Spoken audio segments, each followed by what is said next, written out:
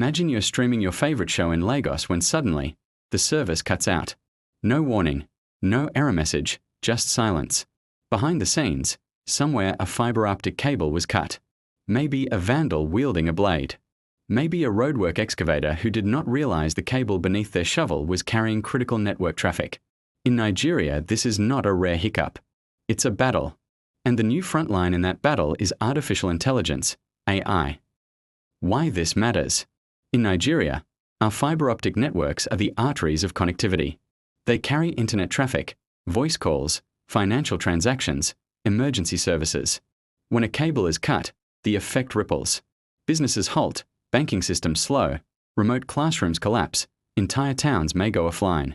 Operators report that vandalism and roadworks contribute to the majority of cable cut incidents. For example, one major operator, MTN Nigeria, recorded over 13,700 fiber optic cuts in an 18-month span. In that period, 69% of these cuts were attributed to either vandalism or uncoordinated construction activities. Without reliable fiber infrastructure, everything else suffers: digital economy, national security, education, healthcare. That's why we've got to talk about how AI can help and what its limits are. The problem in concrete scenarios. To get everyone on the same page, let's walk through some scenarios. Scenario 1. Roadwork unwitting cable cutter contractor is digging a trench in a busy Lagos suburb to lay water pipes. They don't have the Telecom's route map, and they don't appreciate that beneath the blacktop lies a fiber cable carrying thousands of calls and gigabits of data. The shovel hits the cable duct, fiber strands break, the network goes dark for hours.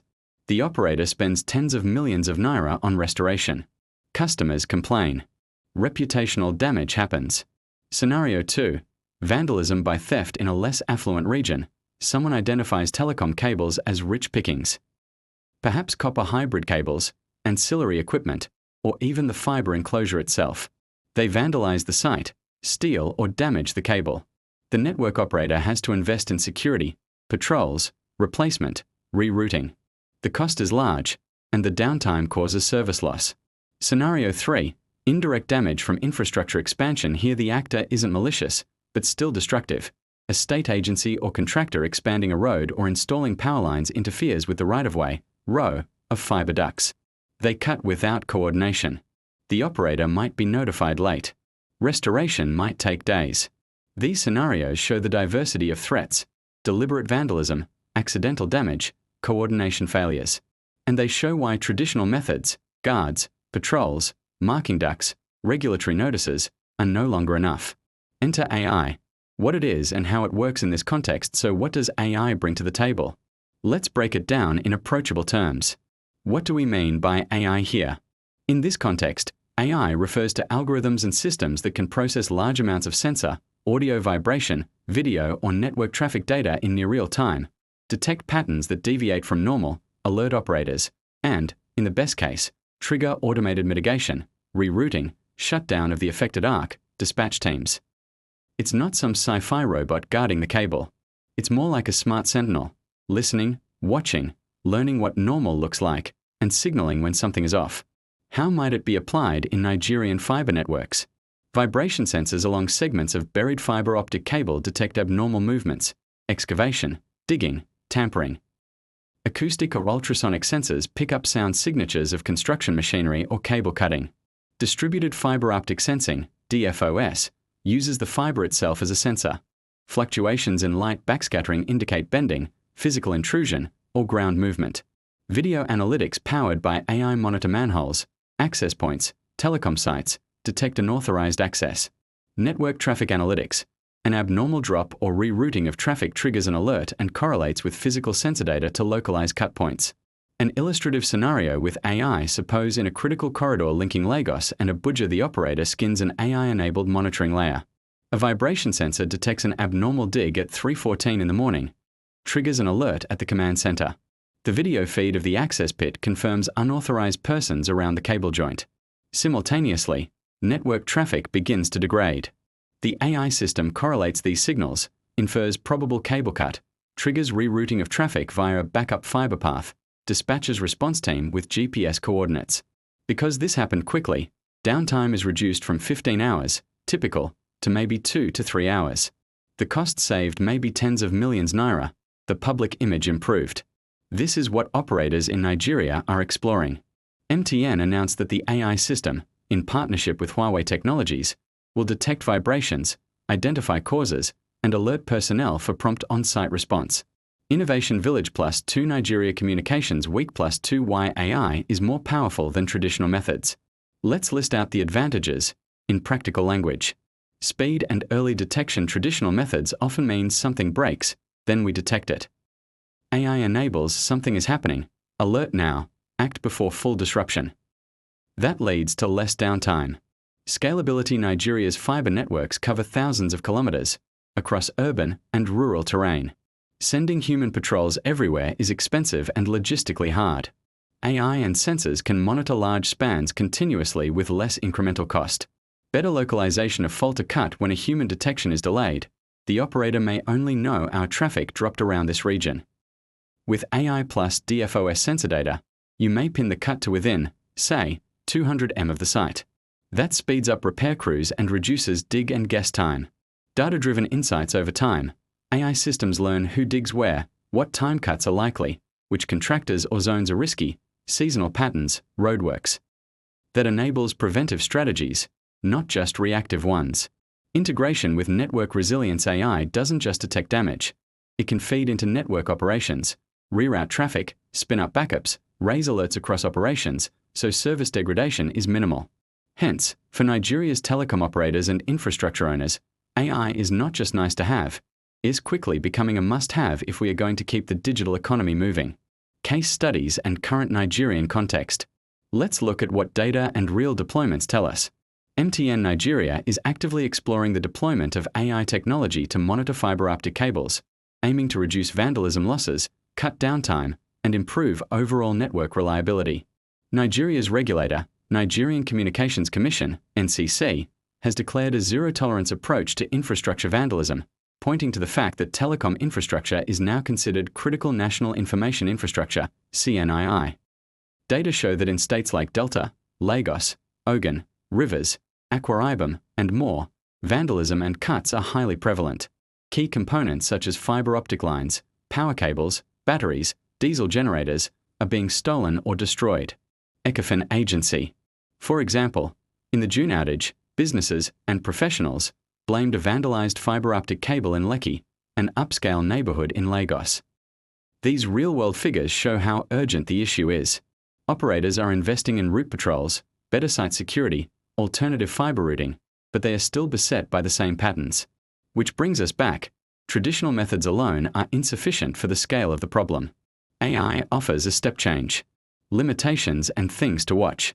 Of course, AI is not a silver bullet. As with any technology, it's important to recognize limits, trade-offs, and implementation challenges. Initial cost and complexity. Deploying vibration sensors, DFOS systems, video analytics, AI software means upfront capex, sensors, communications, analytics infrastructure, staff training. For many networks with tight budgets, this is a real barrier. Coverage gaps and false positives or false negatives. Sensors don't guarantee every event is caught. Wrong readings, sensor failures, false alarms may happen. AI systems require calibration, learning, and fine-tuning. Maintenance of the detection system itself adds cost. Integration with legacy infrastructure. Many fiber networks in Nigeria were built over time, with mixed quality of documentation, varied right-of-way records, buried vs aerial cables, etc. Integrating AI monitoring into such varied systems is more complex than greenfield deployment. Response infrastructure must match detection. Detecting a cut is only half the battle.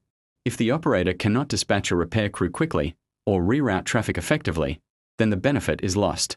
The real value of AI is realized when the detection leads to action. Contractor and stakeholder coordination. Vandalism or roadwork damage often involves third parties, contractors, municipalities, local communities. AI cannot by itself stop a roadworks crew from digging without proper coordination. You still need governance, mapping of ducts, right-of-way management, community engagement. Privacy and surveillance concerns. If video analytics or broad area monitoring is deployed, concerns around privacy, data protection, community acceptance may arise. Operators will need to balance security with compliance and public trust. Best practice roadmap for telecom operators in Nigeria. As an instructor and practicing engineer, I would suggest the following phased roadmap. Audit and map. Begin with a full audit of fiber routes, buried, aerial, right-of-way agreements, high-risk zones, based on historical data of cuts and vandalism. Use past incident logs to build heat maps. Classify risk. Segment the network. High risk, e.g., states with frequent vandalism such as Akwa Ibom, rivers. Medium risk, low risk. Prioritize monitoring efforts and budget where risk cost is highest. Deploy baseline monitoring. Install sensors, vibration, acoustic, along the high-risk segments. Ideally integrate DFOS where possible so the fiber itself becomes the sensor. For instance, a German company, AP Sensing, provides systems applicable to Africa. Wikipedia. Implement AI analytics. Use data from sensors plus network monitoring plus perhaps video feeds to train anomaly detection models. Choose approaches suited to fiber networks. See academic work on autoencoder plus GRU for fiber fault detection and localization. Integrate into operations. Ensure that alerts feed into a command and control system. Define workflows. When alert triggers, what happens? Reroute traffic automatically. Dispatch crew. Engage local security or community liaison. Make sure the human side is as prepared as the machine side. Stakeholder engagement. Work with local authorities, roadworks planners, right-of-way agencies, for example in Lagos, Lagos State Infrastructure Maintenance and Regulatory Agency, LASIMRA. Wikipedia. Build protocols so when a contractor intends to dig, there's notification, mapping, protection. Educate local communities on the cost of vandalism. Continuous improvement. Use incident data to refine the AI model, adjust sensor placement, update response plans. Perhaps shift from reactive to preventive, e.g., if the AI sees drill vibration patterns near a cable, perhaps preemptively reroute traffic. Evaluate ROI and expand track key metrics. Mean time to repair, number of incidents, cost of downtime, cost savings from fewer outages. Use this data to justify expansion of AI monitoring across more routes. Why this matters to non-technical audiences. You may ask, okay, tech people can parse this, but what does it mean for the average person? Here are several takeaways. When fiber cut events go down, your internet reliability improves. Less dropped Zoom calls, faster access to online banking, fewer service blackouts in your area. When operators spend less repairing damage, they can invest more in expansion, meaning more towns and villages get reliable broadband. For governments and public services, fewer network outages mean critical services stay online. Healthcare, teleconsultations, e-education, emergency response all depend on connectivity. For business owners, fewer disruptions mean lower risk, better productivity, less costs spent on backup connectivity or idle staff. For everyday citizens, preserving telecom infrastructure is a shared responsibility. It's not just an operator problem. Communities who protect fiber cables and report suspicious activities help maintain the digital fabric we all rely on. Final thoughts. In Nigeria, the battle against fiber network damage from vandalism and roadwork mishaps is real, urgent, expensive. Traditional guard and repair methods are still necessary, but insufficient. The adoption of AI-driven monitoring, detection, and response systems marks a shift, from reacting after the cut to anticipating and preventing the disruption. The journey won't be easy. Implementation cost, system integration, coordination across stakeholders, community engagement, all of these are real challenges. But we already see companies like MTN Nigeria stepping forward. We already see regulators raising the stakes. Now, engineers, operators, policymakers, and even everyday citizens must align. Because in the digital age, fiber networks are the backbone not just of entertainment, but of education, commerce, health, national security. When our networks work, opportunity flows. When they don't, the disruption is felt by us all. So, if you're an engineer, a telecom operator, a policymaker, or just a concerned citizen, ask yourself, what will you do to protect the cables that carry our future? How can you help ensure that when someone digs a trench, they don't cut our digital lifeline? And how will you support the deployment of smart systems that guard those lifelines? I invite you to share your thoughts. Have you witnessed fiber cut incidents locally? What measures does your community have in place? And how do you believe AI can transform the way we protect our network infrastructure?